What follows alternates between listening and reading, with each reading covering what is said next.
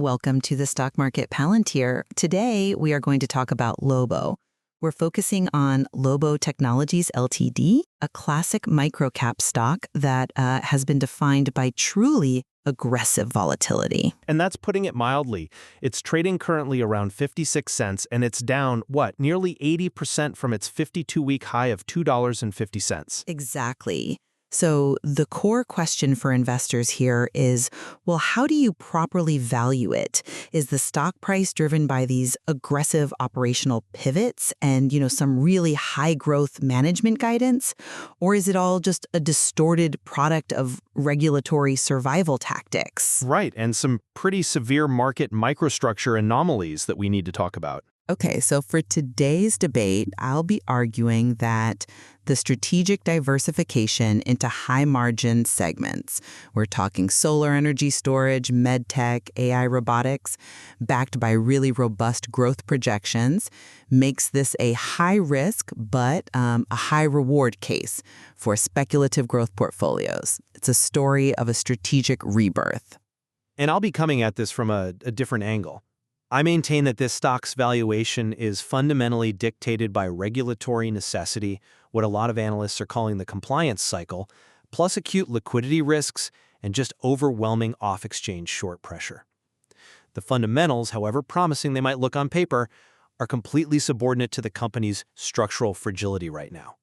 The stock is being traded on technical survival, not long-term potential. I see why you'd think that, especially if you're focusing purely on the recent price action. But let me give you a different perspective, one that's rooted in strategic evolution. The formal name change back in August 2025, when they pivoted from Lobo EV Technologies to Lobo Technologies, just dropping the EV. That wasn't just cosmetic. It was an essential strategic evolution. They are running away from the brutal, low-margin Chinese domestic EV price wars and intentionally diversifying their revenue streams. Okay. And look at the concrete progress they've made moving into these higher-margin segments.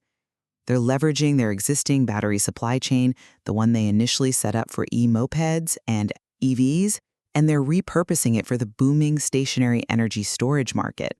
A prime example is that $1.2 million bulk purchase order for PV power storage systems from Turian Town Limited in Kenya. That was secured in October. It's a brilliant move into developing nations where grid infrastructure is, less stable and solar storage demand is just acute. A single order, though. Projecting total revenue between $28 and $30 million for fiscal year 2025. That's a significant 30 to 40% year-over-year increase. And this is crucial. They are guiding for a return to profitability, a projected net income of $3 million. This isn't magic. It's supported by a mix shift to higher margin software and export sales, which they expect will boost their gross margin up to 17%. And look, we have to acknowledge management's agility. The fact that they successfully executed what we're calling the compliance pump in October, using strategic press releases like the Kenya deal and the Canton Fair orders to drive the price over $1, it shows they can navigate these hurdles without a dilutive reverse split. That takes sophistication. That's an interesting way to frame the compliance pump. I would frame it very, very differently. Its effectiveness is in fact proof that the stock is regulatory-driven, not fundamentally driven. For listeners, the compliance cycle refers directly to NASDAQ Rule 5558-2, which mandates that a stock maintain a minimum closing bid price of $1. Lobo was facing a final deadline in November. The sharp price collapse immediately after their compliance was confirmed, right back down to the 50-cent range, well, that just underscores that the run-up was temporary catalytic pressure tied directly to that deadline. But the news was real. The news was real, but the timing was necessary. Once the regulatory need was met, the stock reverted to its underlying valuation reality. Compliance dictated the price, not the fundamentals. And beyond that compliance noise, the optimistic income projections contrast starkly with the precarious state of their balance sheet. They reported holding only $1.97 million in cash as of September 30, 2025. Right, less than $2 million. Exactly. Less than $2 million in cash while attempting this massive international expansion in Ghana and Kenya. This low liquidity buffer, coupled with a high equity multiplier of 2.63, makes them highly vulnerable. And for those unfamiliar, the equity multiplier is essentially a measure of leverage. A 2.63 ratio means the company is relying heavily on debt and liabilities relative to actual shareholder equity. Yes, thank you. It significantly increases their financial fragility. One supply chain shock, one missed payment, and they are facing acute dilution risk. They'd have to issue shares at depressed prices just to survive. Moreover, the entire trading structure reflects overwhelming market skepticism. True price discovery here is fundamentally obscured.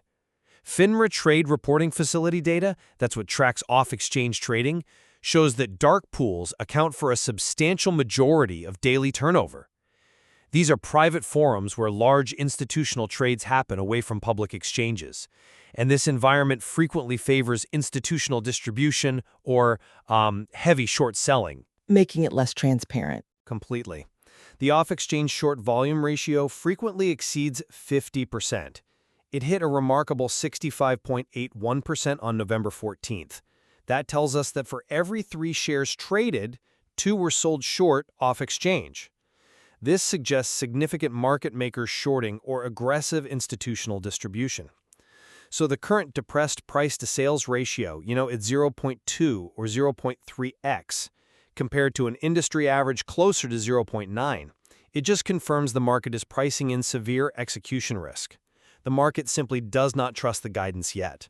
Okay, let's focus on that crash you mentioned. If those cat and fair orders, valued at over $5 million, and the Kenya solar deal were truly transformative, why did the stock immediately lose half its value? That's my question to you. Well, I'm just not convinced by that line of reasoning because it fixes the valuation entirely on short-term technical price action. It ignores the structural long-term shift. Of course, the regulatory deadline created a temporary demand imbalance.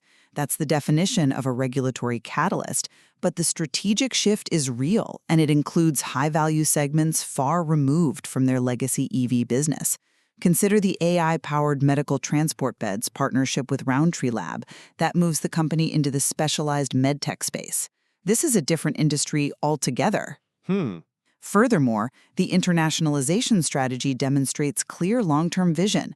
They're moving into massive markets like Indonesia, where the total addressable market for their e-mopeds is valued at over $5 billion.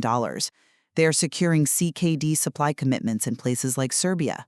And can you just explain CKD for our listeners? Sure, CKD stands for completely knocked down kits. It means they ship all the vehicle components to a foreign assembly plant. This reduces high tariffs and localizes the assembly. It's a highly thoughtful strategy, very much aligned with China's Belt and Road Initiative, allowing them to build a genuinely global distribution network. But that global ambition is exactly where geopolitical risk compounds the financial risk. We cannot ignore the specter of the HFCAA, the Holding Foreign Companies Accountable Act, which requires greater audit transparency for Chinese companies listed in the U.S. That regulatory headwind is constant. The core problem remains. The need to execute a high-risk compliance pump in the first place highlights that organic, sustainable demand for the stock was insufficient to maintain a $1 price, regardless of the quality of the contracts. The fundamentals were simply deployed as ammunition for a regulatory war. Let's pivot to the financial picture then. I acknowledge the sub-$2 million cash balance is tight. I do. But we have to focus on the projected margin improvement because that is the path to sustainable profitability. The guidance calls for a substantial 500 basis point improvement in gross profit margin, reaching 17%. This isn't wishful thinking. It's a structural change driven by the move towards higher margin exports and software royalties away from the razor-thin margins of domestic sales. This mix shift is fundamentally sound, and if they hit that $3 million net income target, that changes the entire valuation thesis. I agree that margin improvement is the key indicator, but how credible is a return to profitability based solely on internal projections when the trailing 12-month PE ratio is still deeply negative at -1.14? The market needs proof. With under $2 million in cash, they face acute dilution risk if they need to fund these aggressive simultaneous expansion efforts. You cannot execute a massive international expansion and maintain that precarious cash balance without accessing capital.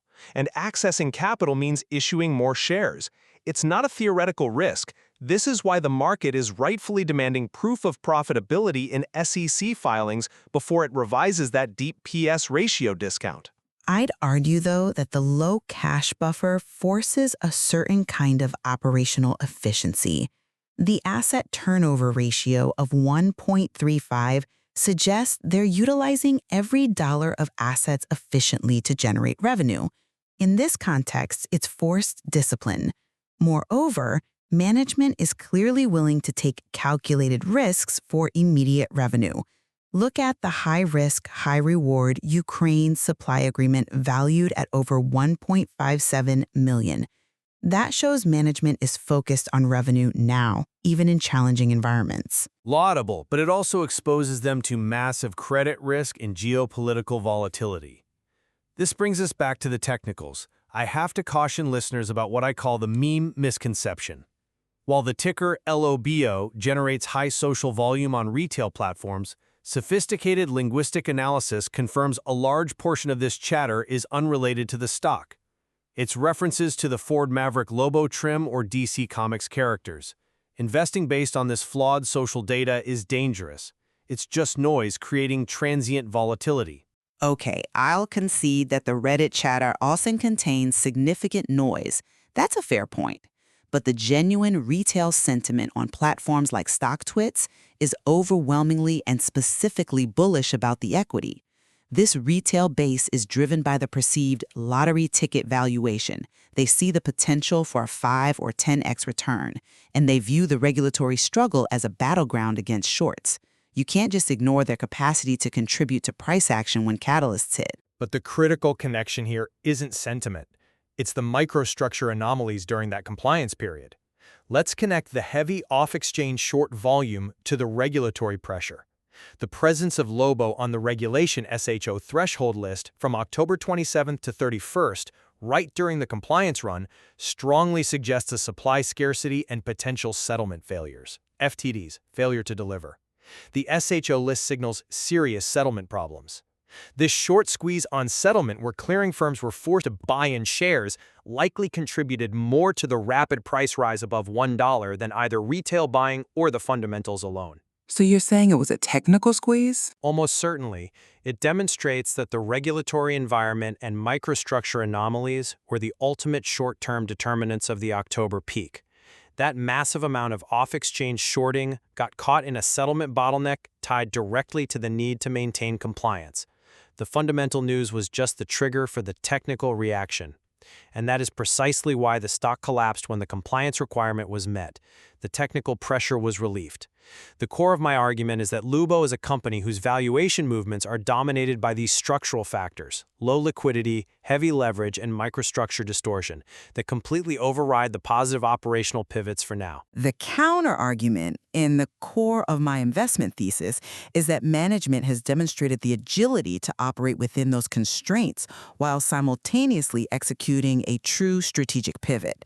The shift into stationary energy storage and specialized hardware is real. The projected revenue growth of 40% is achievable precisely because they're pursuing international markets so aggressively.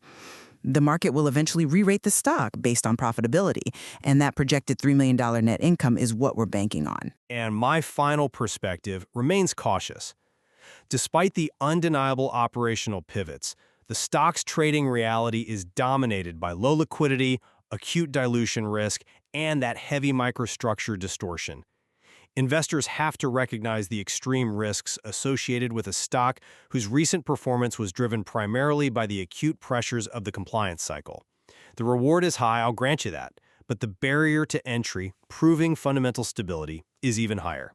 So to sum up, we explored whether the recent Lobo price action was due to its strategic shift towards solar energy and specialized robotics, or simply an outcome of aggressive regulatory survival tactics, concluding that investors must weigh ambitious guidance against severe liquidity and microstructure risks. A classic fundamentals versus technicals debate. Thank you very much for hearing us. Let us know in the comments what is your opinion and if you want us to analyze other stocks. Don't forget to subscribe to the Stock Market Palantir channel to catch up with more stock insights, and see you in the next video.